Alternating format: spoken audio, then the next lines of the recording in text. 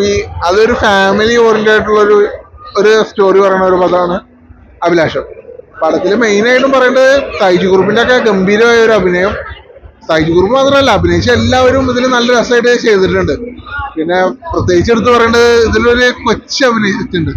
ആ നല്ല രസം കാണുമ്പോൾ തന്നെ ഒരു ക്യൂട്ട്നെസ്സും കാര്യങ്ങളൊക്കെ ഉണ്ട്. എന്തായാലും കൊള്ളാം.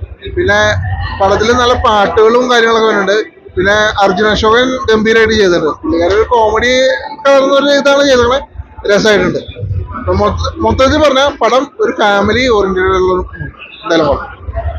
ലവ് സ്റ്റോറിയാണ്, ഫുള്ള് ലവ് സ്റ്റോറിയാണ്. അതായത് തുറന്നു പറയാൻ പറ്റാത്തൊരു ലവ്, അതാണ് പടം മെയിനായിട്ട് നടക്കുന്നത്. അത് കാണുമ്പോൾ നമുക്ക് അതിന്റെ ആ ഇമോഷനൊക്കെ കണക്ട് ചെയ്യാൻ പറ്റുന്നുണ്ട്.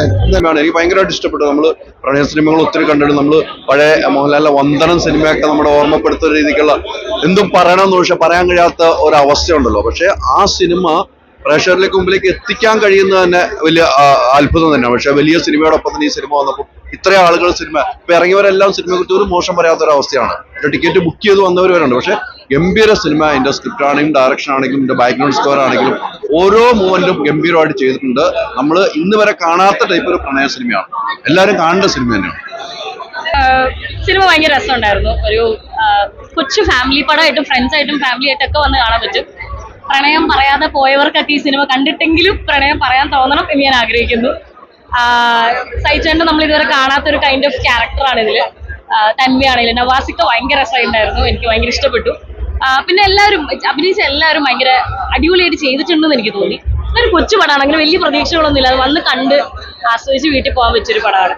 എല്ലാവരും കാണാൻ. അഭിലാഷം നല്ല സിനിമയാണ്, ഉറപ്പായിട്ടും കണ്ടിരിക്കേണ്ട സിനിമയാണ്. സൈജു ചേട്ടനൊക്കെ ഇവിടെ വരൂ, അഭിപ്രായം പറയൂ. സൈജു ചേട്ടന്റെ അല്ലെ, സൈജു ചേട്ടൻ റൊമാൻറ്റിക് ആയിട്ട് നമ്മൾ കണ്ടിട്ടില്ല.